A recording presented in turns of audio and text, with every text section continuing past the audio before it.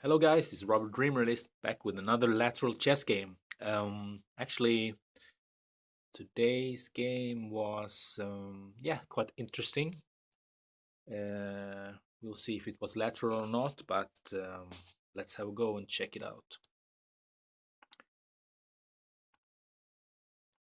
Play my system as usual. Um, by now you probably know about it. Otherwise, I recommend you to check out my Facebook page for it, and also in the future my book about it.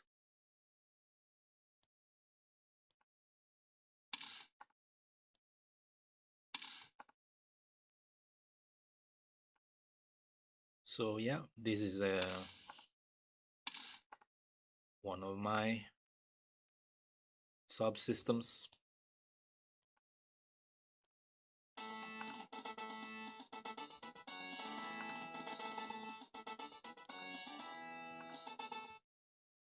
So yeah, so far so good, right? Not much to complain about, I think. Not for either side really. I try to take as much territory as I can. That's one of my principles before I start to even try to attack, unless there is something really interesting, of course. Should never have fixed thumb rules. Some of thumb rules you should just play accordingly to what the situation demands. But when you don't have anything specific, then always play by some principles. So of course that rook has to take a file, otherwise it will be wasted power. Um, of course now he blocks the rook. Um, but it still puts some psychological pressure on the opponent that you have very dynamic pieces and he has not, and that psychological pressure is important. That's actually what helps the other player to crack in his moves later, and also in his psychic um, in his psyche. And chess is about that. It's about ego. It's about pushing pushing on the opponent so his balance is off. Um, it's about a lot of other things, but those two are quite important. So I he pushed back my knight. I did not see any combination. I actually did check it out. Um, it was pretty complex, but I couldn't really find anything. Probably there was something, but I couldn't really find it. It was too complex. Maybe 6, 7 moves ahead. Anyway, maybe I will check the computer later. Maybe it finds something, and that would be interesting to check out. I might post that analysis later. Okay, so I use my knight to get rid of his knight, which is, I mean, it's not really dangerous, but at the same time, um, I don't want to push it away with my pawn because I want to keep my pawn structure really solid. So takes, I take back, and then he plays a rook.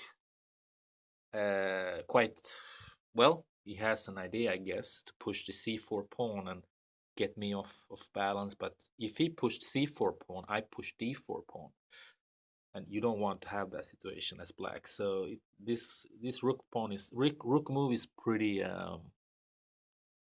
pointless, and it's dangerous to play pointless moves in chess. Here I decided to re, to regroup my rooks because I realized that b1 rook is really pointless to have there now. But I managed one thing. I got some holes in his position, right? So he has there's a diagonal there, e2 to h6, which is really weak for him. And that's what I wanted to achieve with that. And now I'm regrouping my rooks to that file instead. where they do much more damage and much more psychological pressure.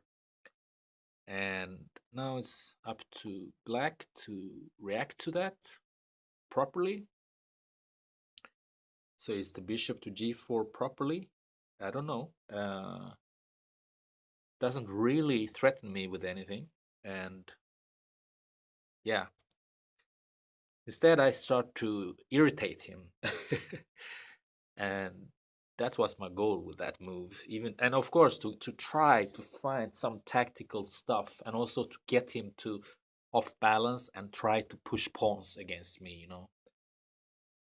And he takes my bishop, and I get the chance to get my queen into play, which is really important for me, because it's the strongest piece on the table, on the board, and I need it for my attack. And so far, I wasn't able to get my queen in an attack position. Maybe the computer will find a version later, but right now I couldn't in this rapid mode. Uh, so anyway, rook goes to c7. I play queen to h5. Now suddenly I start to see motives here, and tactic motives, and also strategic motives, and things are looking quite good for me.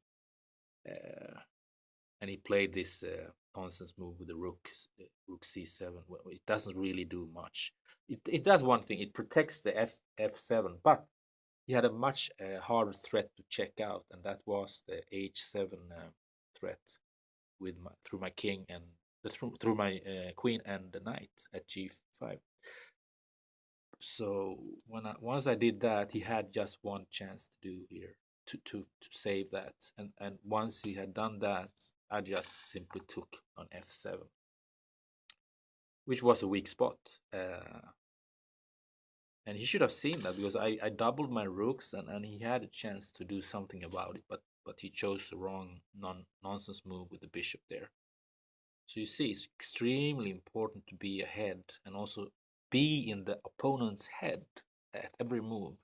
That's one of my best advice for any chess player, from rookie level, super beginner level, to grandmaster, super grandmaster level, to stay in the head of the opponent. It's like such a meta rule in chess that, yeah, I'm quite confident that that is a correct rule in chess, even if I am not a super grandmaster.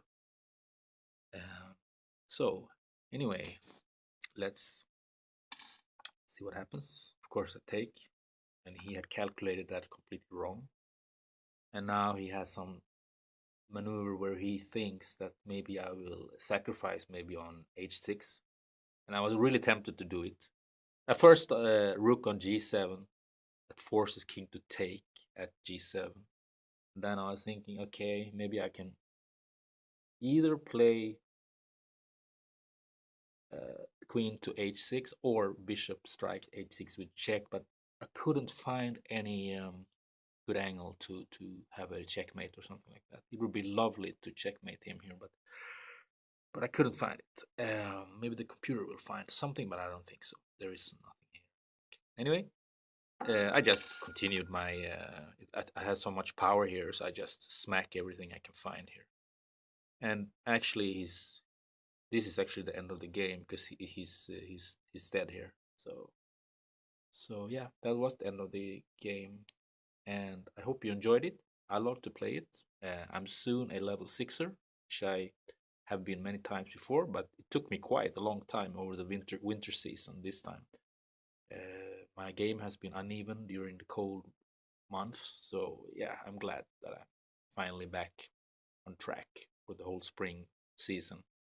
I have one more month in this season, but then the next warm season takes over, and I have a chance to, either get a better a record result, or a maybe even have a chance to become maybe a champion here in this app, which is a pretty really huge app. It has like millions of users they market themselves with. I would say maybe they have, I don't know, a couple of 100,000 users maybe, but They claim to have more than 1 million users, so maybe they have, who knows, but I can't really believe that is true, but we will see. They are downloaded like a billions times, really a lot of times, but yeah, we will see if it's really real figures or not. But I love the app. You should check it out. It's on Android and it's on Mac Store, App Store. I mean, and it's a beautiful way to play 3D chess, and you get used to the view very quickly, and it feels like you're playing real chess, not just this 2D thing. It feels like you are playing in a chess cafe or in a chess club, and I love it. And I aim to win this petition someday. I can play players from everywhere in the world, like for example Bahrain or Singapore or Kuwait or Turkey or India, of course. Tons of Indian players, European players, anywhere, Africa, many African players. And I love to see how their different styles are from different countries, and also if they are, how creative they are, how into openings they are, and what kind of moves they play. I learn a lot from it because I live in Scandinavia, and I know the Scandinavian playing style quite well now. But I have to say I'm inspired by this international, globally national chess app that really managed to catch my interest for many years now. So I played like 4,000 games with this app, and many of the games are really good. And I will keep posting them whenever I have time to find them, of course. But I hope you enjoyed it. The video was not that long, 11:51. That's okay, right? So enjoy your night and have a good week. See you next time. Cheers.